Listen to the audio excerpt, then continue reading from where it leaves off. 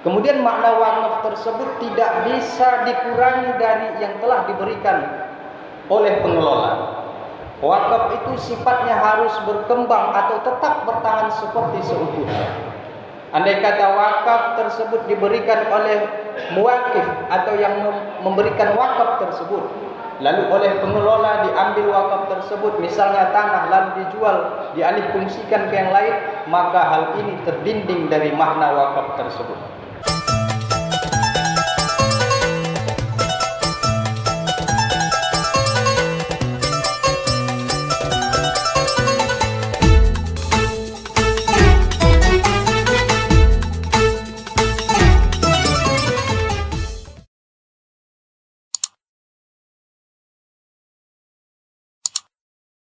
Muhammadan abduhu wa rasuluhu allazi la nabiyya ba'd. Allahumma salli wa sallim wa barik ala sayyidina Muhammad wa ala ali sayyidina Muhammad, amma ba'd. Fa ya ibadallah, usikum bi nafsi bi taqwallaha faqad fazal muttaqun. Kama qala Allah Ta'ala fil Qur'anil Karim, a'udzu billahi minasy syaithanir rajim, bismillahirrahmanirrahim. Ya ayyuhalladzina amanu taqullaha haqqa tuqatih wa la tamutunna illa wa antum muslimun. Wa qala ta'ala fi ayatil ukhra, lan tanalul birra hatta tunfiqu mimma tuhibbun wa ma tunfiqu min syai'in fa innallaha bihi alim. Wa qala Rasulullah sallallahu alaihi wasallam fi kitabihil hadits, ittaqillaha haitsu ma kunta. Shadaqallahul azim wa shadaqa rasuluhun nabiyul karim, wa nahnu ala zalika minasyahidin wasyakirin walhamdulillahi rabbil alamin. Saudara-saudaraku kaum muslimin sidang jamaah Jumat yang dirahmati Allah Subhanahu wa taala, marilah kita bersyukur kepada Allah dengan mengucapkan alhamdulillahi rabbil alamin. Karena pada hari Jumat yang mulia ini Allah Subhanahu wa taala masih memberikan nikmatnya kepada kita. Namun di antara nikmat-nikmat tersebut ada nikmat yang sangat kita syukuri, yaitu nikmat iman dan Islam yang masih terpatri di dalam hati sanubari kita, sehingga kita mampu melangkahkan kaki dari rumah menuju masjid yang kita cintai ini. Sementara masih banyak saudara-saudara kita yang mungkin disibukkan oleh berbagai macam hal sehingga tidak dapat melangkahkan kakinya dari rumah menuju masjid yang kita cintai ini. Salawat dan salam semoga senantiasa tercurah kepada baginda Rasulullah sallallahu alaihi wasallam, kepada anak istrinya, sahabat-sahabatnya, kepada kaum muslimin dan muslimat yang masih bertakwa kepada Allah hingga hari kelak nanti. Untuk itu kita ucapkan Allahumma salli ala sayyidina Muhammad wa ala ali sayyidina Muhammad. Assalamu alayka ya Rasulullah. Saudara-saudaraku yang dirahmati Allah, kemudian kami selaku khotib melalui mimbar Jumat yang mulia ini tidak bosan-bosannya, tidak henti-hentinya, yang pertama untuk berwasiat kepada diri khatib sendiri dan umumnya untuk kita hadirin, agar marilah kita senantiasa meningkatkan iman dan takwa kita hanya kepada Allah Subhanahu wa taala.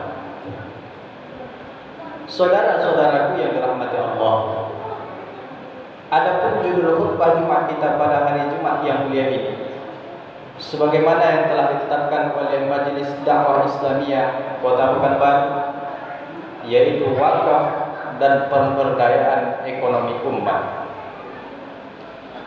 Saudara-saudara yang dirahmati Allah, Berbicara soal wakaf, tentu pembicaraan ini adalah pembicaraan yang sesuatu yang harus kita keluarkan, yang kita relakan atau yang kita berikan dari apa yang kita miliki. Maka dalam hal ini ada definisi ataupun pengertian-pengertian yang harus kita ketahui agar hati kita mudah, agar hati kita ikhlas dalam melepaskan sesuatu yang telah kita berikan tersebut, terkhusus dalam hal ini disebut dengan wakaf.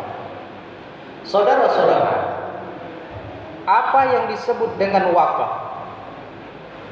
Maka wakaf berasal dari bahasa Arab yang berarti waqafa. Adapun makna waqafa yaitu berhenti atau terhenti, tertahan dan berdiri tetap. Inilah asal dari bahasa Arab waqaf.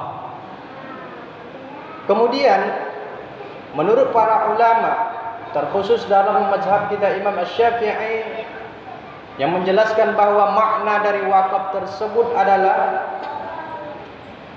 sesuatu yang kita lepaskan, harta yang kita berikan di jalan Allah Subhanahu wa taala, dan setelah sepenuhnya harta itu kita berikan dan sempurna penyerahannya, maka tidak lagi dapat untuk diganggu-gugat.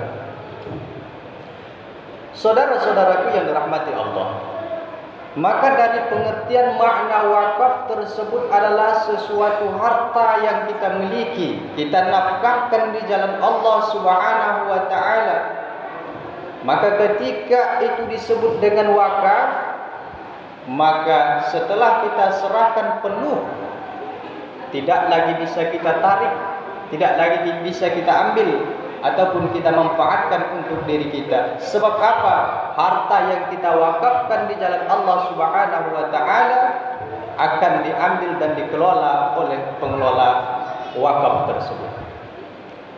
Saudara-saudaraku yang dirahmati Allah, lalu kemudian apa saja bentuk-bentuk wakaf yang bisa kita berikan atau wakaf yang dapat kita salurkan? Maka bentuk yang pertama sekali, harta yang dapat kita wakafkan banyak selama dalam pemikiran kita adalah berupa sifatnya yang tidak bergerak. Misalnya kita mewakafkan sebuah tanah yang ketika itu kita wakafkan dikelola oleh pengelola wakaf tersebut, baik tanah tersebut didirikan suatu bangunan, baik itu masjid, musalla, MDA dan lain sebagainya, atau bahkan mungkin dijadikan tempat pemakaman umum, maka ketika itu kita berikan, terserah oleh pengelola wakaf tersebut dijadikan apa yang penting, tujuannya untuk yang baik dan kemaslahatan umat. Kemudian makna wakaf tersebut tidak bisa dikurangi dari yang telah diberikan oleh pengelola. Wakaf itu sifatnya harus berkembang atau tetap bertahan seperti seutuhnya. Andai kata wakaf tersebut diberikan oleh muwakif atau yang memberikan wakaf tersebut, lalu oleh pengelola diambil wakaf tersebut, misalnya tanah, lalu dijual, dialihfungsikan ke yang lain, maka hal ini terdinding dari makna wakaf tersebut. Kenapa? Sebab sifatnya wakaf tetap diam, berdiri pada tempatnya dan tidak berkurang dari unsur yang pertama diwakafkan oleh orang yang berwakaf. Adapun ia dijadikan sebuah tempat bangunan masjid, maka sifatnya adalah berkembang dan untuk kemaslahatan umat. Demikian juga sebaliknya, seperti dijadikannya tempat-tempat anak dalam menimba ilmu di jalan Allah Subhanahu wa taala, MDA kita katakan, juga sifatnya adalah berkembang dan untuk kemaslahatan umat. Atau mungkin juga kita jadikan sebuah tanah tersebut tempat pemakaman umum, ini juga salah satu untuk kemaslahatan umat. Saudara-saudaraku yang dirahmati Allah Subhanahu wa taala, maka wakaf ini maknanya adalah terkhusus, diam dan tidak bisa diganggu-gugat siapapun itu. Saudara-saudaraku yang dirahmati Allah, lalu bagaimana dengan wakaf kebun? wakaf kebun yang dikelola oleh orang yang mengelola wakaf tersebut, boleh diambil hasil dari kebun tersebut, lalu hasilnya disalurkan ataupun dibagikan kepada orang-orang yang membutuhkan, orang-orang miskin, atau untuk membantu perekonomian umat, dibantu modal untuk membangun usahanya, tapi bukan untuk membantu hanya sebatas konsumtif atau sifatnya yang habis saat itu juga. Saudara-saudaraku yang dirahmati Allah, lalu kemudian ada bentuk lain dari wakaf selain dari wakaf yang terhenti atau wakaf yang tidak bergerak. Wakaf yang kedua adalah wakaf yang bergerak. Mungkin selama pengetahuan kita wakaf tersebut hanya terfokus kepada wakaf yang terhenti, seperti yang telah kami uraikan tadi. Namun oleh pemerintah kita, negara kita Republik Indonesia, dan bahkan ada pendapat para imam selain daripada Imam Asy-Syafi'i, maka ada pendapat yang menjelaskan bahwa wakaf itu boleh sifatnya yang bergerak, seperti contohnya kendaraan.